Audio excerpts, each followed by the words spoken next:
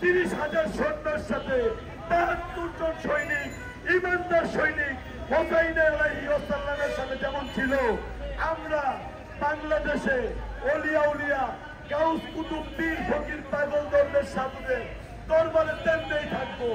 আরে মারতে হইলে মাইরা ফালাইতে হবে, তার আগে আল্লাহর ওলির দরবারের থেকে সরানো যাবে না।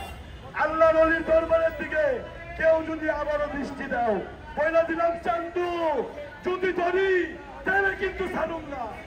কার দিকে তাকায় কথা কও, কোন দিকে চোখ রাঙাও, কোন দিকে আঙুল ঝুলাও। আল্লাহর ওলি, আরে তোমার মতো কুতুব, তোমার মতো ফটিয়া যত আছো, তোমরা যত আছো ক্ষমতাশালী, তোমাকে ক্ষমতা কিচ্ছু না। আমার আল্লাহর ওলির গজব যদি তোমার উপরে পড়ে ধ্বংস হয়ে যাবা। আল্লাহর ওলিরা কাউকে হাত দিয়ে আঘাত করে না।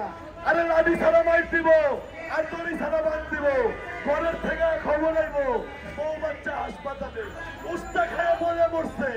আল্লাহর ওলির পাগল গো, উপরে কোন রকম দৃষ্টি দিও না। আল্লাহর ওলির পাগলরা যদি চাতে পলানের জায়গা পাইবা না। তার প্রমাণ আজকে 12ই রবিউল আউয়াল। এই যে 12ই রবিউল আউয়ালের উপলক্ষে সারা বাংলাদেশ ব্যাপী যেইভাবে জুসলে জুলুস হইতেছে, সেই জুসলে জুলুসের হাল ধইরা আমরা সুন্নি মুসলমান আহলে বায়াত পাক পাঞ্জাবের ইমাম হাসান হোসাইনের সৈনিক যারা যারা মাওলা আলীর সৈনিক, তারা সবাই রাজপথে। তাই বলে দেই সেই তার কোন বাংলার জমিনে থাকার কোন অধিকার নাই। এই 5ই আগস্টের পরে পুলিশ হত্যা হয়েছে, এই 5ই আগস্টের পরে থানার অস্ত্র লুটপাট হইতে আছে, এই 5ই আগস্টের ভিতরে থানায় আগুন দেওয়া হয়েছে, এই 5ই আগস্টের ভিতরে ওলি আল্লাহর মাজার ভাঙচুর হয়েছে, এই 5ই আগস্টের ভিতরে মাওলানা রবিসুদ্দিনে পিটিয়ে হত্যা করা হয়েছে, এই 5ই আগস্টের নামে মাওলানা পাগল ফকিরে পিটিয়ে হত্যা করা হয়েছে। এভাবে একটা দেশ চলতে পারে না, এভাবে একটা রাষ্ট্র চলতে পারে না। যেই দেশের প্রশাসন নিরাপত্তা দেবে সেই দেশের প্রশাসনের পিটিয়ে হত্যা করা, এইভাবে একটা বাংলাদেশের রাষ্ট্র চলতে পারে না।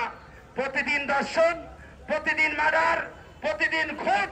আমি ডক্টর ইউনূস সাহেব আপনার দৃষ্টি আকর্ষণ করব, এই দেশে তোমাকে পিঠের চামড়া কিন্তু দাদু থাকবে না। মিডিয়া খেপাইও না, সাংবাদিক খেপাইলে কিন্তু অবস্থা খারাপ হয়ে যাবে। হ্যাঁ, দেশ ভালো হয়ে চালান, দেশ সুন্দর মতন চালান।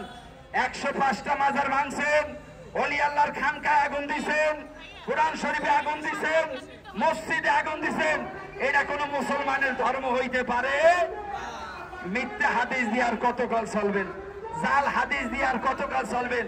আরে ভাই, আমরা ওলি আল্লাহর প্রেমিক যারা আছি, আমরা যদি না বুঝি আপনারা বুঝেন, আমরা না বুঝলে আপনারা বুঝেন, নালে আপনারা বুঝেন। আপনারা কিছু হইলে মানুষের রক কাটেন, কিছু হইলে আগুন দেন, কিছু হইলে সরকার হুমকি দেন, কিছু হইলে প্রশাসনের হুমকি দেন, কিছু হইলে সেনাবাহিনীর হুমকি দেন, কিছু হইলে আগুন লাগেন। এই রক কাটা গুরুবে দেশ চালাইতে পারবে? এটার বিচার বাংলার জমিনে দিতে হবে। বাংলাদেশ দরগা মাজার ঐক্য পরিষদের সমস্ত নেতৃবৃন্দ যারা আছেন, ওলি আল্লাহর প্রেমিক যারা আছেন, আমাদের মৃত্যুর ভয়ে দেখাই লাভ নাই। আমরা যেদিন থেকে অলির হাতে বায়াত হয়েছি সেদিন মরে গেছি। কথা বলেন ঠিক কিনা?